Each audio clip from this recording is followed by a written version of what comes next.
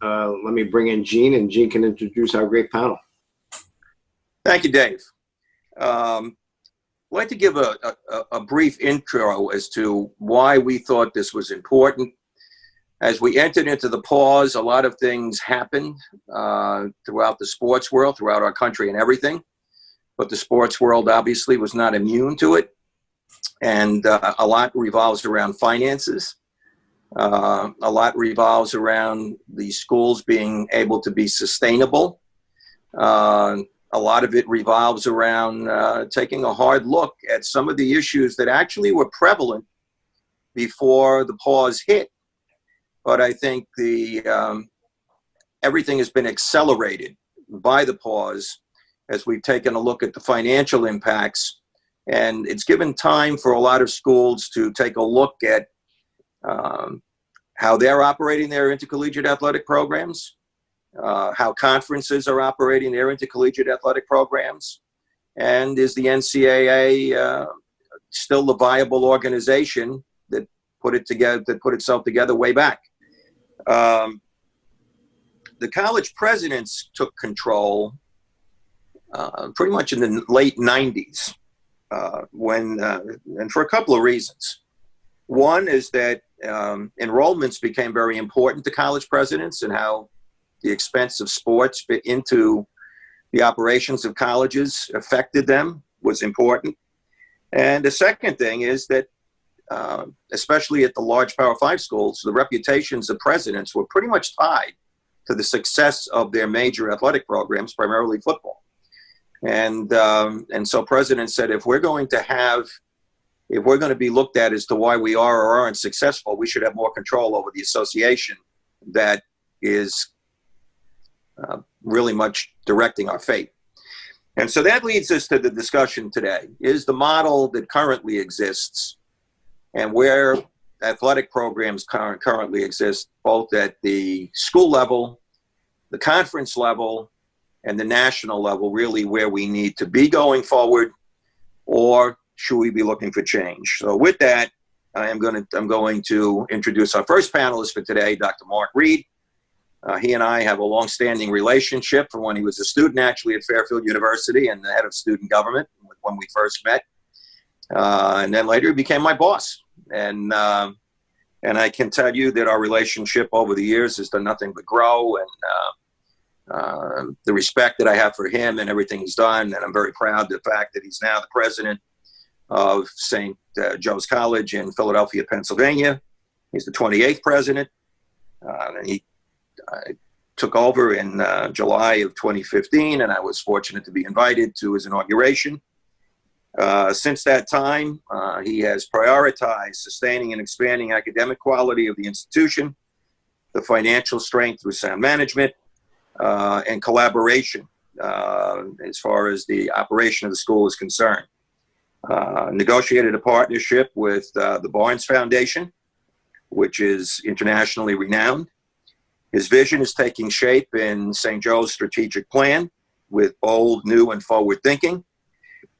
Comprehensive liberal arts university with broad academic portfolio, strong liberal arts and sciences core, prominent professional, co-curricular, and athletic programs, and a campus that meets the expectations of all that it serves. Dr. Reed is very much a product of the Jesuit tradition. He currently chairs the Council of Presidents for the Atlantic 10 Conference and serves on many other academic councils and boards of directors. He's a much sought after speaker. And with that, I want to let Mark make some introductory comments and some of it are his thoughts on where intercollegiate athletics is at both the institutional and conference level. Take myself off mute. Thank you very much for that introduction, Gene. And yes, I can say proudly and really as a compliment to you, I learned a lot, Gene, working with you over the years about intercollegiate athletics. And I realized when I became a college president in 2015 of St. Joe's University that knowing as much as I did about college sports at that time was really an asset, because I know a lot of my colleagues who come into the roles sometimes haven't had the opportunity that I had to learn and to oversee and to understand it. And I guess I'll start my comments by saying, Gene, somewhere in the early 2000s, maybe in the 2003, 2004 range, I came to realize that once I understood that the whole thing was irrational, it started to make sense, if that follows some logic. And obviously I'm exaggerating to make a point, because I think college sports and college athletics does so many wonderful things. But from my vantage point, and I serve now as the chair of the Atlantic 10 Council of Presidents, which is the governing body for the Atlantic 10 Conference. And we are a basketball-centric, I guess we would say, high, mid-major, or whatever the right terminology is. We're a multi-bid conference to the NCAA tournament. Sports matter a great deal to our institutions, both in terms of what it does for our campuses and our brands, but also in terms of our competitiveness and our attractiveness to students, the spirit that exists on our campuses, and the impact that it has on our alumni. These are all very, very good things. But I can tell you that there are a lot of things that we scratch our heads about, that I scratch my head about, and the frustration that comes about, perhaps preaching a little bit to the choir for many of the attendees here today, is how the talk of college athletics is so heavily dominated by the issues and the considerations that actually impact and affect a relatively, not even relatively, I would say a very small subset of the NCAA membership, not only within Division I with its 300 plus institutions, but to say nothing else of the larger membership in Division II and III, which I am not qualified even myself to comment on. And so when we talk about these issues, they're so heavily dominated by the economic considerations and the factors that impact many, many schools. At my own institution, it happens all the time, whether with faculty or with alumni or with others who will talk about, basketball is a revenue-producing sport. And I said, well, that may be a true statement, but we need to have an understanding of what do you mean by revenue? And what do you mean by net revenue? Or what is meant by subsidy, or what is meant by institutional allocation? And at a school like St. Joseph's, and perhaps for many institutions, if not the majority of institutions in our conference, as well as in the NCAA, sports are not an end in and of themselves. They're a means to an end. They are a vital component of an educational experience. Now, the public, or I should say maybe even the mainstream media, would listen to me say something like that and perhaps roll their eyes, because they would say, come on now. Really? Look at that television contract. Look at this. Look at that. Look at the salaries, if you will, of coaches and or others. And I will not claim perfection in this regard, but I can say with a lot of confidence, and I think my fellow presidents in the Atlantic 10 could say the same thing, that athletics truly is a means to an end, and it is an integral part of the educational experience of what we provide and what we do. And while we will have some student athletes, a very small number, not only in basketball, but perhaps in some other sports like baseball and others, who may go on to play professionally, by and large, that is the exception, not the rule.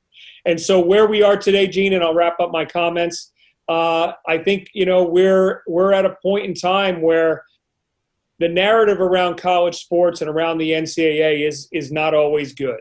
There's a lot of cynicism, perhaps justifiably so. And there are a lot of questions that are being asked about the investment in sports, about the amount of time, the amount of attention, and really, is it in fact even able to be governed in the same way going forward? And so I look forward to talking more with you and the other panelists and responding to any questions about that. So thank you for having me. Yeah, Mark, great comments. Based on how you just finished up,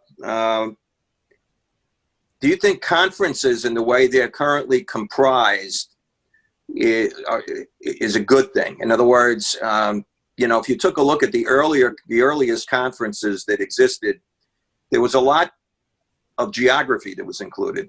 And now it seems like, you can have some conferences that have a school in the East and another one as far west as Omaha, Nebraska. I am, of course, talking about the Big East, but it's not unusual to see that. I mean, you have the Big Ten that now has schools in Nebraska and Florida. So even though they're the Power 5 schools, you have mid-major conferences that have done the same thing. Right. Do you think that that's a sustainable model? Can it exist just for some sports and not others? How do you view it as a college president? Yeah, I don't necessarily view it as sustainable, but I can't say that I think it's on the verge of imminent collapse either. There are a lot of things that have gone on for a long time in higher education, not only with athletics, but in other areas that people have said are not going to be sustainable, but they persist. And so, but at the same time, higher education today is radically different than it was 5 years ago, 10 years ago, 20 years ago. So, that's the challenge. That's the paradox, I guess, of what we're dealing with. But I would say, even with our own conference here, the Atlantic 10, the name Atlantic 10 would mean certain things. Atlantic Coast. And we have member institutions as far west as St. Louis and others in Ohio, for example, and more. So, that has changed. I would say, Gene, from my perspective, I think those types of conference footprints would make more sense for a lot of institutions if they were limited to certain sports, and that other sports perhaps either within a conference that could divide itself up into pods, or different kinds of conference structures were more regional in focus. And so I certainly would welcome, those kinds of conversations and those considerations, going forward. And Gene, I'll just end with this comment. I mean, you and I know this for many, many years working at Jesuit universities, which, have a number of schools, 27 schools in the United States. The Division I institutions have a pretty good history of good college basketball teams. And people would say for years, why don't the Jesuit schools just get together and form their own conference? And you and I would have to politely chuckle and say back, you really don't understand. We may be part of the same family, but we are not necessarily always on the same team. And so there are a lot of competing considerations which don't necessarily rise to the surface when we talk about conference affiliation and membership and those kinds of issues. Thank you, Mark, and we'll be back to you later with some closing comments and some other comments as we move along during the panel. Thank you. Our next panelist, and it's not true that Jeff Orleans actually was there when there was that regatta that I spoke about earlier in 1850. But he certainly has made his mark on college education and college sports and the NCAA. And beyond that, looking at the rights of individuals as a civil rights attorney and an advocate for civil rights and concern for basically that everybody should get proper treatment as a student athlete and as a coach and as an administrator.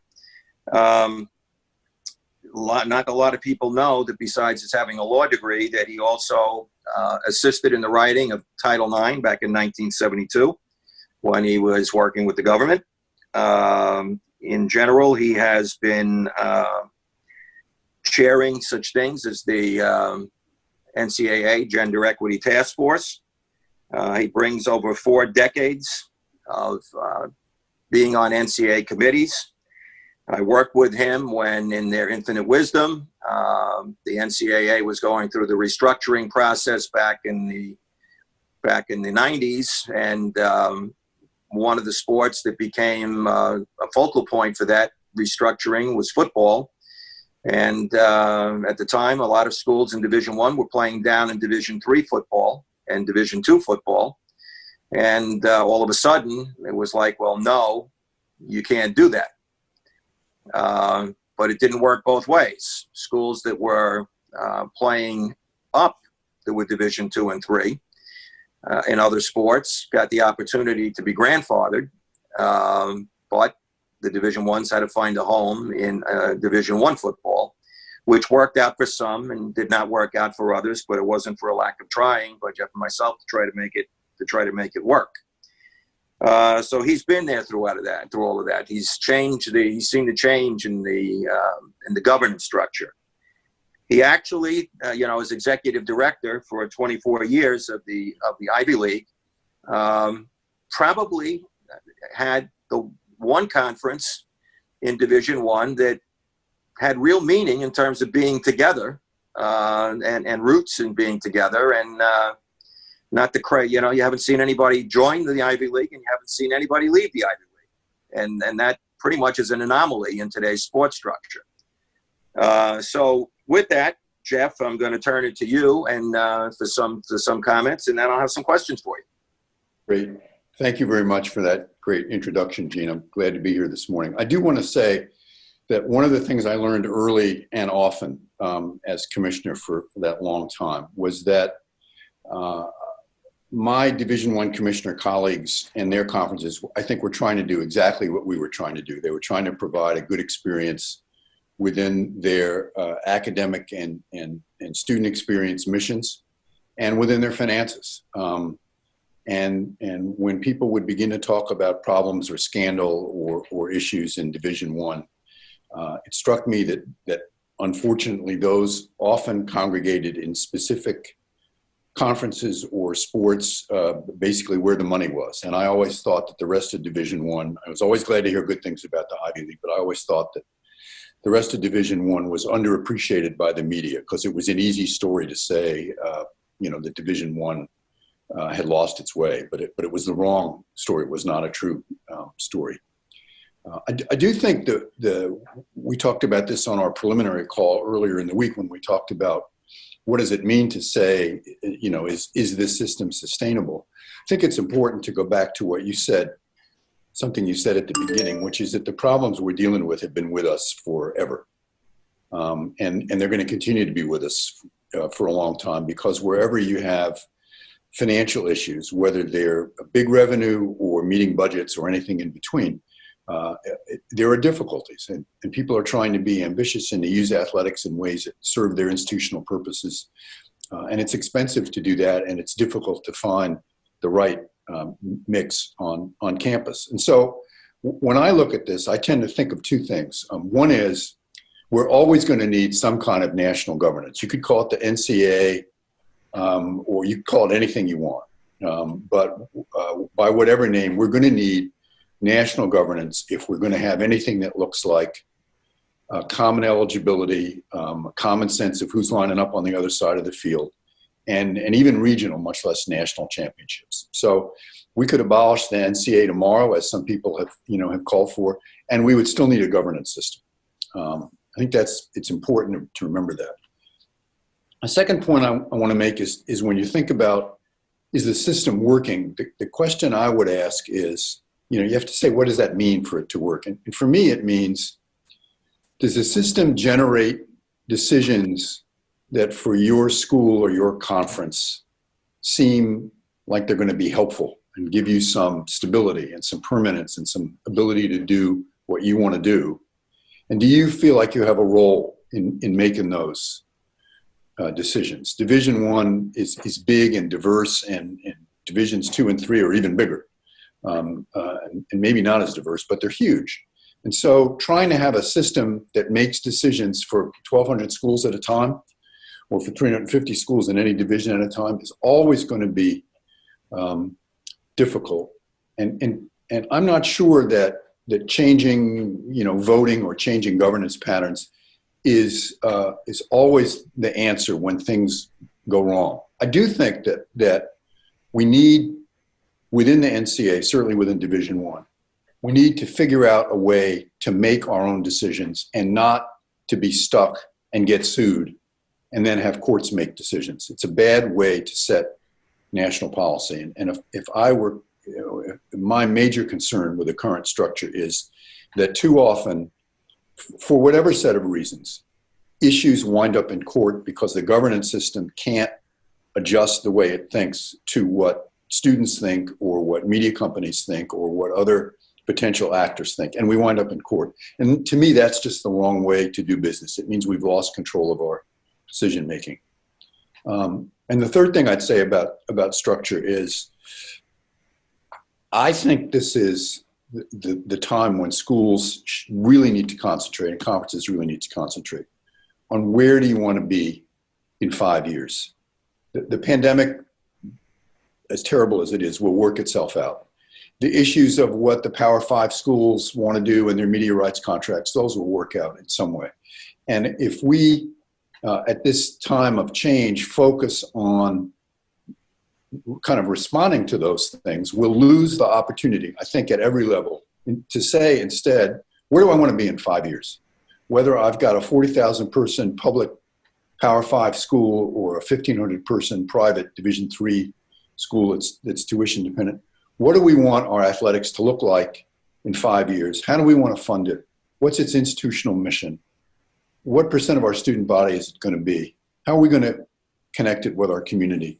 And so I would start in making, we have to make lots of short-term decisions to say solvent between now and maybe a year from now. But I would hope that institutions and conferences can find the time and the resources to put to thinking, where do I want to be 5 years ago, and how do I make decisions that will get me, point me in that way?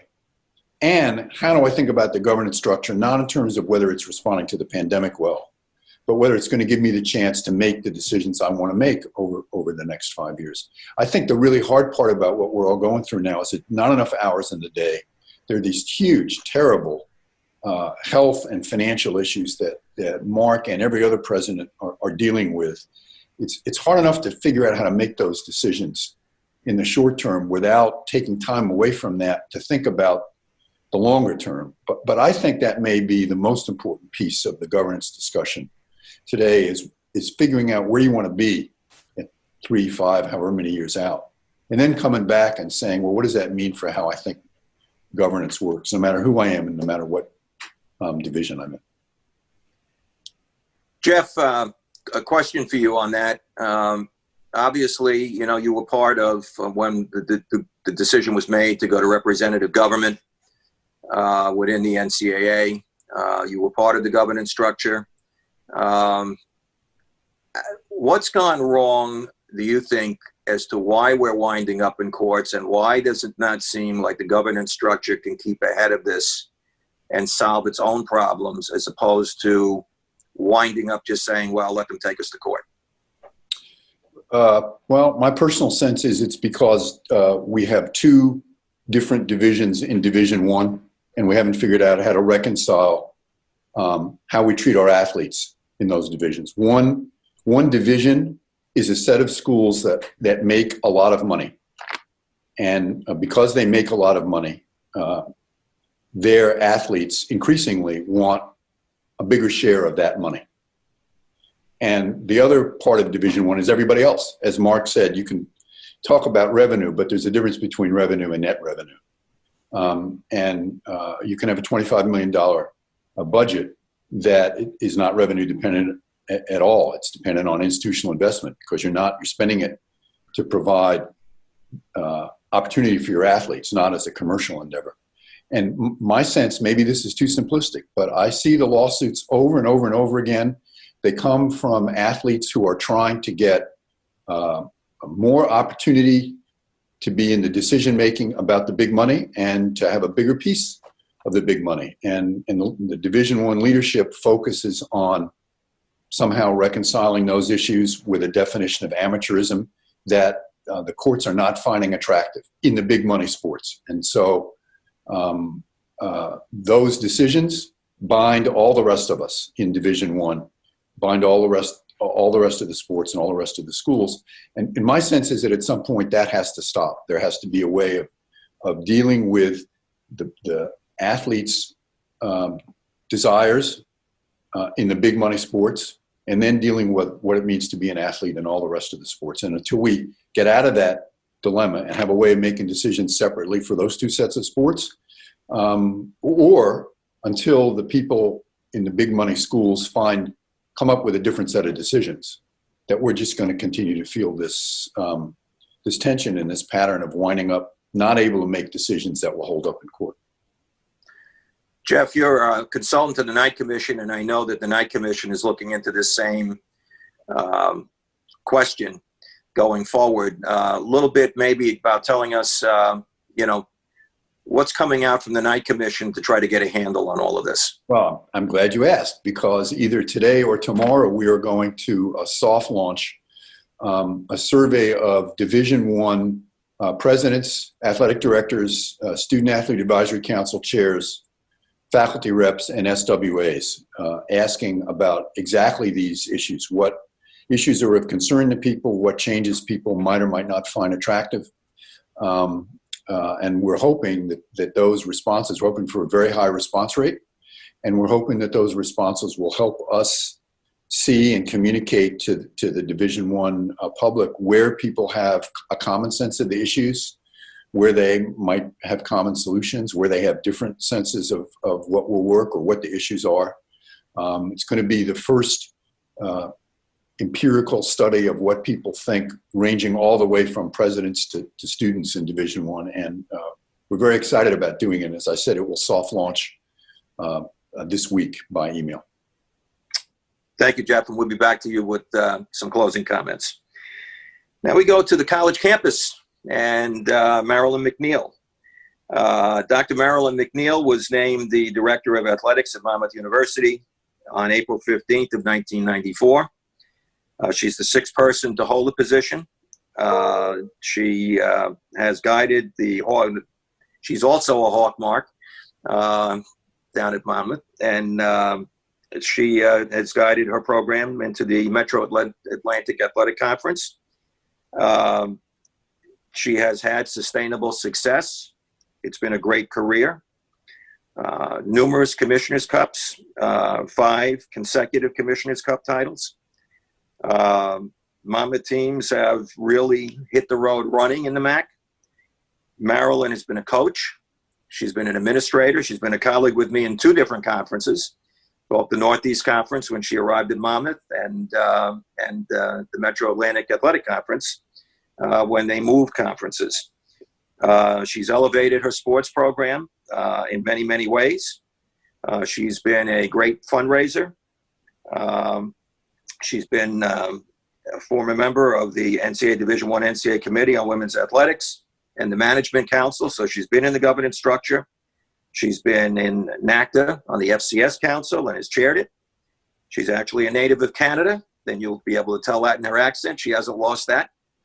But she doesn't say A, so we'll give her the benefit on being on that changing. But with that, I would like to turn it over to Marilyn McNeil, who has had an outstanding career as an athletic administrator in different levels of division, NCAA divisions. Dean, thank you, and I'm honored to be part of this panel. I've learned so much just listening in the last 20 minutes or so, but on our initial call, everybody here has a lot to bring to the table. I think it was a kind introduction and a very personal one, so I appreciate that. It has been a long career. You did put that in the past tense, so I have been around a long, long time, which is okay because I have loved every minute of it, and I've never wavered in my belief that this is a really good place to be and a really good profession to be in. I'm probably, as I speak right now, I am in Jeff's simple camp. I think we've lost our way in so many regards, and I want to return to the premise that, and I truly believe this, and every day I try to lead with this in mind, that one of the very wonderful tenets of the student-athlete-coach relationship is the unbelievable teaching that goes on. I think good coaches are one of the best teachers ever, and that the lessons that are learned on the playing field by good coaches about life skills as well as skills in many ways exceeds what's in the classroom. And I'm not going to take away from the expertise of our faculty and the wonderful jobs that they do, but I think that the teaching of coaches is not heralded enough, and I don't think we work hard enough at that skill set. I truly believe that the student athlete, their identification is their sport. That's who when they talk about themselves, they'll say, I'm a lacrosse player at Monmouth University. They're not underestimating their role as a student, and particularly at our level of institution, that can never be underestimated. Graduation is the number one goal. But they do. They've spent their life really preparing to be a very high-level college athlete. And whether you're at the Power Five or a high major, as Dr. Ritas indicated, or even a mid-major, that's a very important part of their life, and they identify by that. So we need to get back to those very basic principles. I think we're lost in this world of revenue and sports that make money, and I get frustrated because I believe that the lesson that's learned on the soccer field or the field hockey field is just as important as the one that's been taught on the basketball court or the football arena, but we tend to believe that those are more important, and I think in those student athletes it isn't more important. And what we're producing is a civilian, a person that's going to go out into the world and produce wonderful things for our world. And they're learning how to compete, and they're learning how to win with grace and to lose with respect. And there's so many lessons that they are undergoing that they don't even know that they've learned, and yet they will go out into society and really be some leaders. So I think we need to get back to this basic. And there's so few of us that are making any money, so whether or not we have people in the stands, I love them to be there, and I love them to share in the joy of watching our student athletes compete, but their ticket price is not going to make or break our athletics department. And I can't relate to, I know, the big time schools, but I also know that not every one of the Power Five and not every one of the higher majors above us is making enough money to be sustainable. We all are part of the institution, and the institution has to embrace us. Thank you, Marilyn. Getting back to, we had talked a little bit about the conference structure and everything. Obviously, Monmouth made a move fairly recently to move from the Northeast Conference and into the Metro Atlantic Athletic Conference. What was the driving force, as you look at it, that made that decision for you to look at the MAC? Yeah, it points out that I can speak from both sides. We did make the decision to move to the MAC because we believed it would be a stronger basketball conference for us. We had great success at the Northeast Conference, and I think from a lot of competitive points of view, we were looking for some more competition. But it forced us to drop out of a conference for football. So we then had to find a new conference for football. So now we're in the Big South, which is a wonderful conference, wonderful people, great football.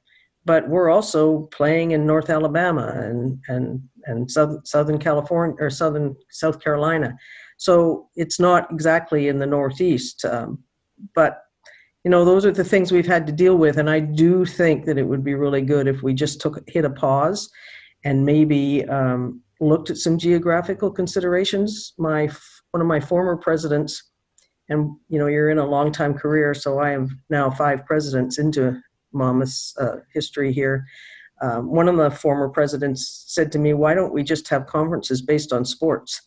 So that you could be in maybe 23, we have 23 sports, we might be in 23 different conferences, which sounds like a nightmare to me. And in some regards, it makes sense, because it would make sense to play track and field with all the local track and field institutions, and instead of trying to find a new conference for the one sport that's not in your conference. Thanks, Marilyn. We'll be back to you for some other questions and some closing comments, but good insight.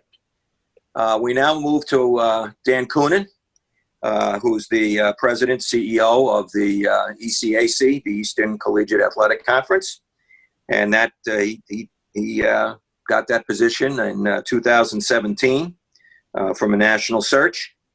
and obviously national because he was in California at the time that the ECAC made the hire. He has been a practitioner. He has been in the same seat that a lot of people that are watching right now have been. He's been an athletic director at Santa Clara. He worked in a conference office at the Pac-12. So he has had a lot of experience with different levels of sport and different levels of conferences. The ECAC obviously has a long history of being involved in the East, at least, in running championships and serving the needs of a lot of schools on the East Coast. Most recently, he was a fundraiser for the Archdiocese of Los Angeles. And with that, I would like to turn it over to him to give his comments and some thoughts as to how organizations like the ECAC can be more relevant and help in this time where finances are an issue. Right. Thank you very much, Gene. I appreciate it. I do think that a place like the ECAC can really be a benefit, especially at a moment like this. And there's not a lot of organizations like the ECAC around, by the way. So we have roughly 250 schools, D1, 2, and 3, at all levels of the NCAA that are members for us. And the lion's share of what we do is provide championships. So we're providing 45 or more championships each year and so we're like the NIT for every sport. So if you don't go to the NCAA tournament, get your automatic bid in the conference, you can, if you're a member of the ECAC, you can then, for whatever sport it is, go play in our championships. And we've been around for 84 years. And I think at this moment in time, there's potentially a breaking point here, and I've been hearing that really since I got into the field. But we have a confluence of things here. We've got COVID, obviously, and separate from that, we have the financial struggles that so many schools are going through. Some related to COVID, but some was pre-existed COVID, and we've also got this name, image, and likeness thing. And all of those coming together at the same time, I think is causing people to think long and hard about our structure, about all these things. What Marilyn was talking about with basketball being the driver for conference affiliation. I saw that when I was at the WCC.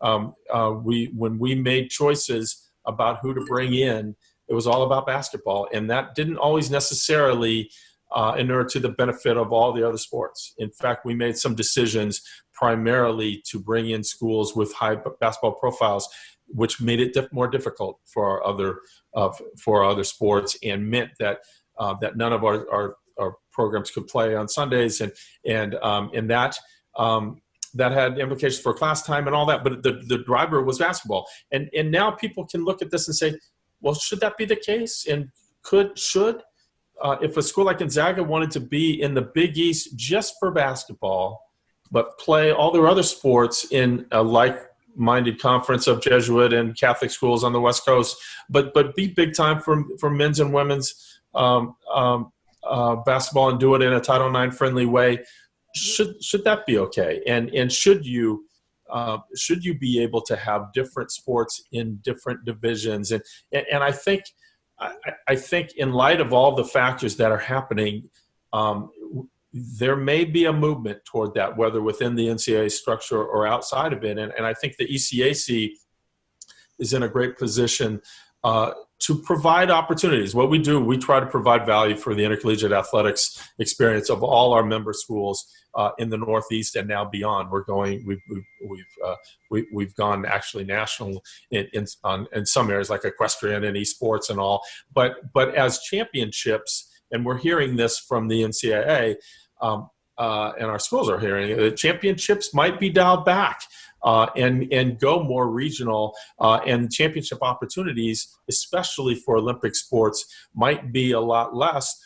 We're situated nicely to come in and expand what we're doing for championships and do it in a regional manner, which would not require travel across the country or even overnight travel perhaps, and do it in a really cost-friendly manner, but provide that value for intercollegiate athletics that our schools and our student athletes are looking for. So there are opportunities that we're talking about every day to expand what we're doing and fill in when the dust settles at the NCAA. I think there'll be a lot of opportunities for an organization like ours, and maybe you have the MPSF on the West Coast.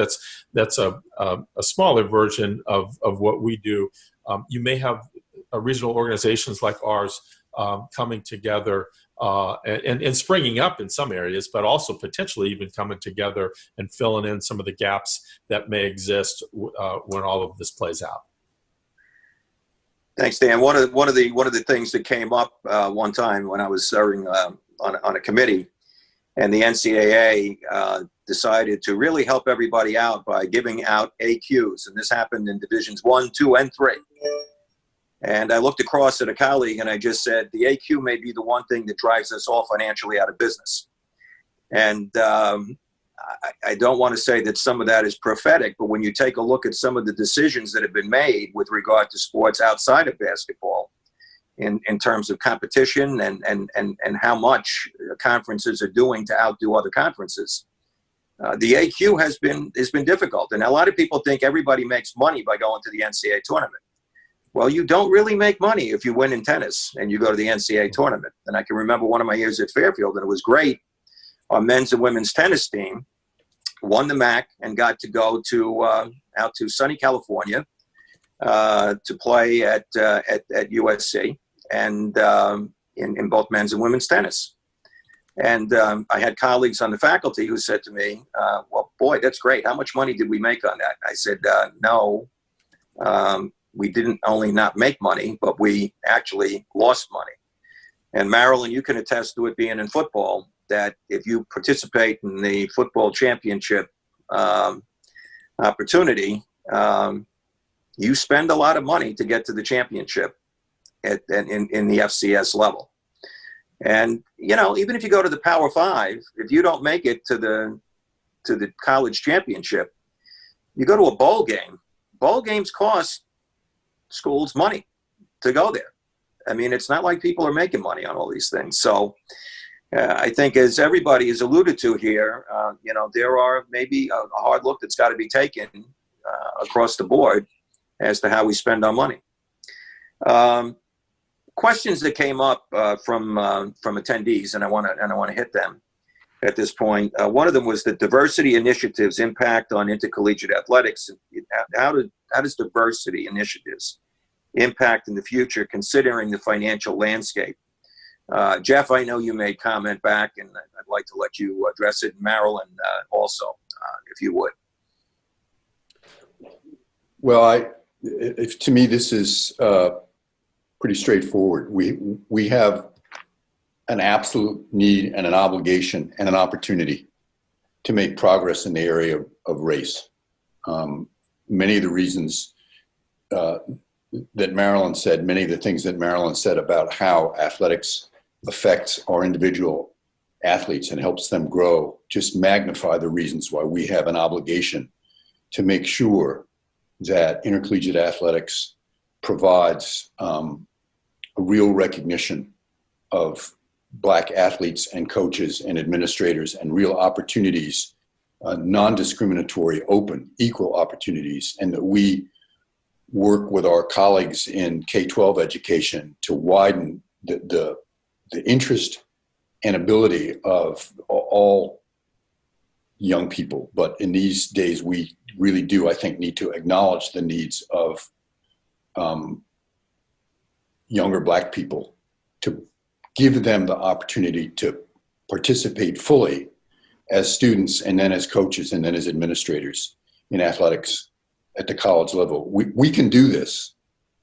I don't know that we're any more guilty than the rest of higher education in terms of what we haven't done, but that shouldn't matter. We have an opportunity here to make a really meaningful and morally essential contribution, and we ought to do it.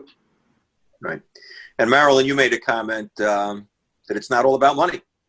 No, it's not. I mean, respect respect for others doesn't have to cost money. It's a matter of character, and it's teaching people to be respectful of others, to be welcoming, to understand differences, and that's education, and that's open conversation, and it doesn't necessarily have to cost you.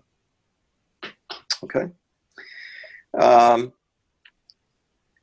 You touched on this earlier, Marilyn, but there was a question that came in with regard to, ticket prices and things like that. And as you eloquently put it, nobody, and I'm sure Mark would agree that even in the Atlantic 10, you're not making money on ticket sales for the most part when it comes down to it. So, you made a comment, Marilyn, about, how attendance should be looked at going forward. And I don't know if you want to touch on that in terms of pricing and things along that line. Well, I mean, I think that we would be grateful for any fan that is willing to come join us and celebrate the accomplishments of our student athletes. I understand their fears and concerns, but whether or not they show up doesn't mean that we will have an athletics program. It is an institutional commitment to the experience for those students, and I think for the education of some really wonderful new leaders for our country. So great, come and support us, but whether you buy a ticket is not going to make or break our athletics program. Mark, I'm going to turn back to you on this one. What about paying the college athletes? This came from people that say it. How much has that been talked about at the president's level in the A10, for example? Sure. Again, this is one of those issues that I think affects of a relatively small or perhaps a very small number of student athletes, yet occupies an incredibly disproportionate amount of the airtime and what have you. And I don't say that to minimize the issue, because these issues, I think, are very real. And it raises not only economic issues, it raises moral issues, ethical issues, issues of justice. And so my comments are not intended to minimize the issue. But frankly, I think in my experience, it comes up mainly in the context of what the trickle-down effect will be when those sorts of issues get implemented, and how will other programs be potentially adversely impacted. This to me is not dissimilar to the issues of a few years ago when the cost of attendance issues came up. And there was an attempt to figure out what's that delta on top of tuition, room, board, and fees that a student athlete can be provided, and who is going to make those decisions. So we do talk about this and what is fair. And our athletic director happens to be one of the athletic directors who was part of the commission that was put together to review this. And so I feel we're very informed on the issues, and we're supportive of student athletes being able to profit or to retain rights and ownership, if you will, over their name, image, and likeness. But I think in terms of what the actual impact is going to be overall, I think it's going to be fairly small. And so as a result, we try to keep that, that particular perspective in mind. I also would have to say that, and again, this often comes up mainly with football or basketball, and perhaps maybe a select sport or two elsewhere. I happen to know someone who is the uncle of one of the greatest swimmers in the United States today, who unfortunately isn't going to be able to go on to the Olympics and compete for gold medals as she did 4 years ago. And I think what's interesting when this topic comes up, Gene, is very quickly people can get to, oh, well, it makes sense in that case for that student athlete to be able to be sponsored or to be able to profit off this, that, or the other thing. And I say to myself, why can we so easily say it's okay in this case, but then have a hard time saying, well, in these sports, this could get out of control? And I understand the recruiting issues and all of that, but it's a very complicated issue that at times I think we choose to make perhaps more complicated than it needs to be, perhaps out of fear of the loss of control going forward. And so, those are my comments on it. And others may feel differently or feel similarly. I don't know. Mark, as we're coming to the end of the webinar, any closing comments while I have you up? Yeah, I guess one of them I say is if I have the good fortune of being a college president for many years ahead, and I hope to stay at my current institution for a long time, but if I ever find myself at another institution, Division III or the NAIA looks pretty good. I'm kidding. I think one of the participants is from the Atlantic 10 Conference. I'm kidding. But my point is, as a president, given all the things we have to deal with and face, and Jeff, you touched on this, as much as we care and I care and enjoy the benefits and love seeing the development that happens with student athletes, it's a very, very challenging environment to be able to manage all of this. And so we go forward recognizing that, but not wallowing, not wringing our hands, committed to doing the best we can do for our student athletes, our coaches, our alumni, and our fans. Thanks, Mark. Jeff. First of all, it's been just a real pleasure to be able to participate with all of you and to learn from my colleagues here. I would go back, I think, to what Mark said and what Marilyn said, and what we've all said in different ways, which is that this really is all about our athletes, and in that sense, it's very simple. And for most of us, the issues that dominate the headlines, dominate the media, are not our issues. And the challenge, I think, is to keep putting our athletes first and to find ways to do that make sense institutionally and make sense financially, and just not get swept up in the other stuff. Thanks, Jeff. Marilyn. I would just say that the next time, and it'll come in a minute, the wrangling that you have to do and the worry that you have is if you can find a student athlete and talk to them about the love of their game, you'll feel a lot better about what you're doing. Very well said, Marilyn. Dan. Yeah, I would just close with saying we're having discussions every day with our colleagues in the industry about ways that we can, the ECAC, can fill some of these gaps and new creative ways we can expand value. So any of the attendees, if they want to connect with me, if you have thoughts or ideas or advice or you name it, I welcome that discussion, broadening that discussion much further. I want to personally thank everybody here for getting together, and I've learned a lot from all of you today, and you interacted very well with each other and played off each other very well, as a good panel should, and I can't thank you enough, and I'm sure that the attendees are going to feel the same way. And I'll turn it back to you, Dave, to kind of wrap it up. Thank you, Gene. Tremendous job by you, and also just a sensational group. I mean, really good stuff here, guys, and we really appreciate you taking the time. This will be recorded and posted hopefully on a YouTube page, Facebook, etc. Next week we'll be doing a panel at the same time. We are considering trying to do things at different times. You know, there's a lot going on. There's a lot of these type things going on, especially at this time of day. Maybe we'll do something maybe in the evening. And if anybody has any ideas on what we can, subject matter, please feel free to reach out to me. I'm pretty easy to find. So next week we have jobs. Where are the jobs? And obviously this group can answer those questions as well. But where are they coming? We see a lot of things going. But I'm a firm believer that things will come back, jobs will come back, and maybe some new opportunities as well. So we have, once again, Joe McDermott, the athletic director at the University of San Francisco, Peter Roby, AD Emeritus at Northeastern, Daniel Parker, President of Parker Executive Search, and Miguel Zarita, the Senior Director of Talent at Spectrum Charter Communications, former head of NBC Sports Human Resources. Keep an outlook for future events. As I mentioned at the beginning, we are going to be tackling the race relations issue, and that will be announced sometime after July 4th, but we have some really good people lined up already, and I'm excited about what we're going to hear there as well. So thank you again to this group. You're terrific. You're all Hall of Famers in my book, and thank you for your time, and hopefully people got a lot out of this conversation. Everybody be safe and well. God bless. Thank you.